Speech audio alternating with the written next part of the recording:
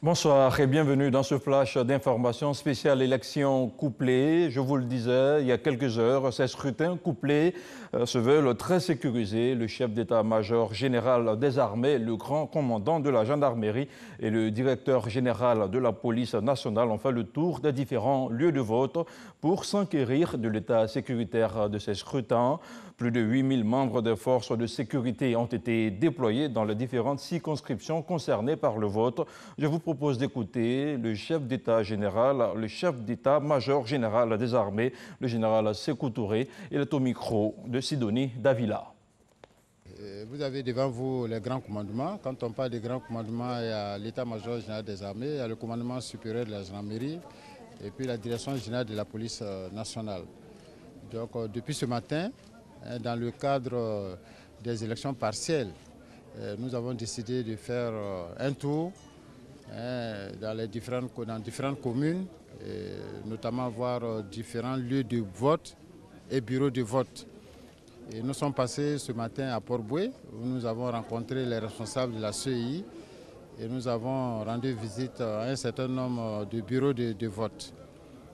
Nous sommes à Bassam, à Grand Bassam. Nous avons également rencontré monsieur le gouverneur, monsieur le préfet. Nous avons échangé aussi avec les responsables de la CEI et nous sommes venus voir ce bureau, ce lieu de vote. Et comme vous le constatez, les choses se déroulent très bien. Et nous qui sommes chargés de la sécurisation de ces élections partielles, en tout cas, nous sommes satisfaits de ce que nous avons constaté à Bassam, où tout est calme, tout se déroule dans les bonnes conditions. Nous souhaitons tout simplement que les choses puissent continuer ainsi jusqu'à la proclamation des résultats. Et à Bingerville, les bureaux de vote ont ouvert ce matin à 7h45. À l'instar des autres localités où se déroule le vote, les forces mixtes de défense et de sécurité rassurent les populations de par leur présence. Jusqu'à midi, il n'y avait pas d'affluence dans les différents lieux de vote et selon Walter Amadou Ouattara, le vote se déroule dans le calme. Reprise des élections municipales à Bingerville. Ambiance particulière en face des locaux de la sous-préfecture. 7h45, nous assistons au dispatching du matériel électoral. La présence d'un contingent mixte des forces de défense et de sécurité laisse entrevoir le niveau de sécurité garanti à ce scrutin. Des bureaux de vote du centre de formation de la NADER au groupe scolaire d'Adjamé-Bingerville en passant par la nouvelle gare routière, les électeurs accomplissent leurs devoirs citoyens. Cela dans le calme. Je crois que l'ambiance est bonne. Ça s'est passé sans problème. Mon souhait est que tout se déroule bien, dans la paix, dans l'harmonie, dans l'entente. Voilà, c'est ça mon souhait.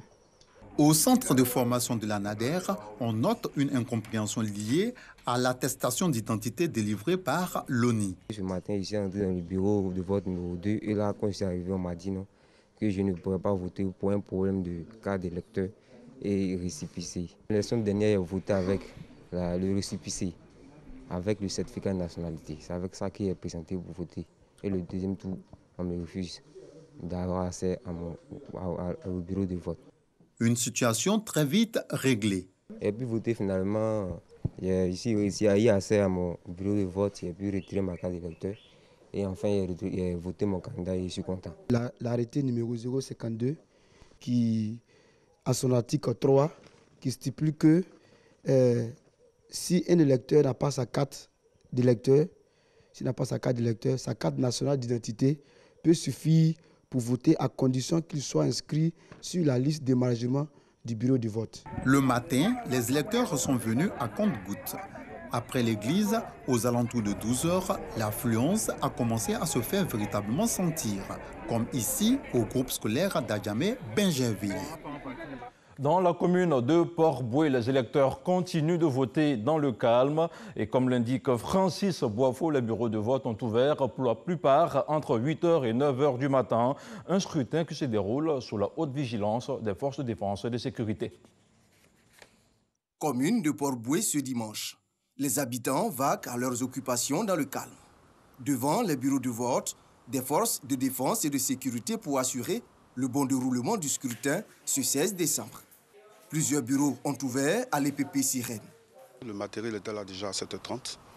On a commencé à voter à 8h55. Contrairement à la dernière fois qu'on a commencé d'abord à 13h, le matériel est arrivé vers 10h, 11h par là. Voilà, donc on pense qu'aujourd'hui les choses vont bien. Je suis venu tôt parce que je fais mon commerce pour aller vendre au marché. C'est pour ça que je suis venu. Mais ça s'est bien passé. À Adjoufou, les électeurs peuvent cette fois accomplir leur devoir de vote. Les dernières élections, là, il n'y avait pas des éléments de la CEI. Cette fois-ci, ces éléments sont arrivés très tôt. Et là, le vote, ça se passe bien pour le moment. Je suis venu, j'ai fini de voter. En moins de 15 minutes, j'ai fini. Je retourne maintenant à la maison. C'est très bien de voter. Il faut voter.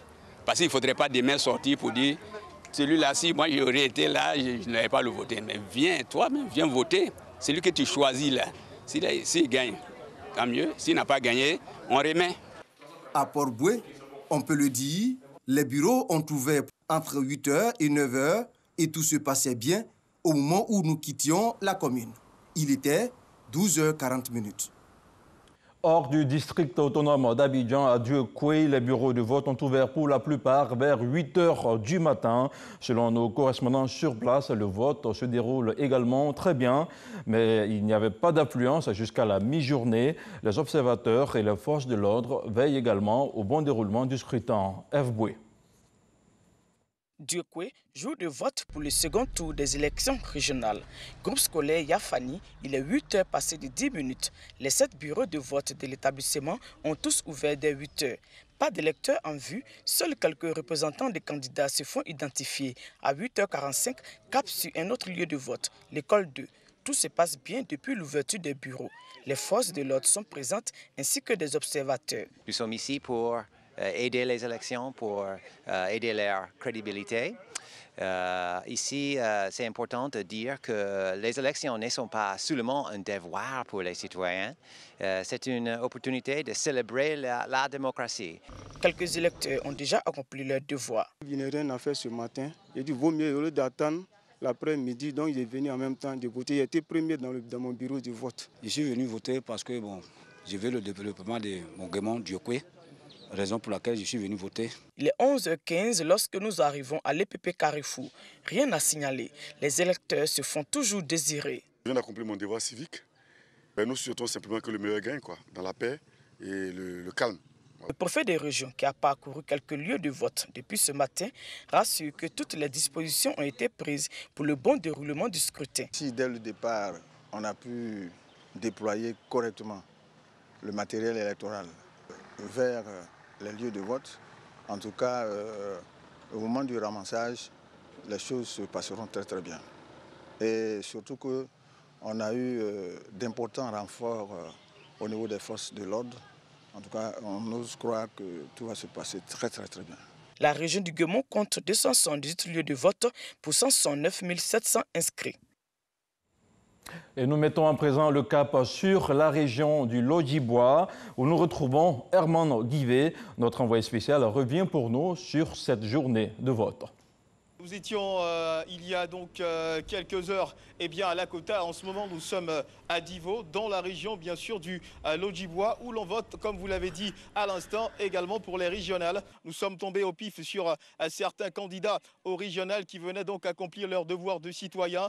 Ce que nous pouvons vous dire, c'est qu'en termes de dispositions sécuritaires, l'essentiel a été fait pour justement entourer ce scrutin et permettre qu'il se passe dans de très bonnes conditions. Ce que nous pouvons vous dire concernant donc l'engouement manifesté autour de ce scrutin, c'est que les populations, pour l'instant, c'est le constat que nous réalisons tous les jours d'élections, surtout les dimanches, et selon ce qui nous a été rapporté par les présidents de bureaux de vote, ces populations sont encore dans les lieux de culte, un engouement qui devrait en principe évoluer au fil des heures. Ce qu'il faut retenir essentiellement, c'est que dans la région du Lodjibois, ils étaient 6 candidats en lice au départ. Aujourd'hui, ils sont 3, après donc une décision de ralliement de l'un d'entre eux et une décision de désistement d'un autre candidat. Ce qu'il faut également retenir juste pour conclure, c'est que ce scrutin revêt un enjeu important parce qu'il sera essentiellement centré sur des questions de développement. Vous le savez, les populations vote pour la régionale, également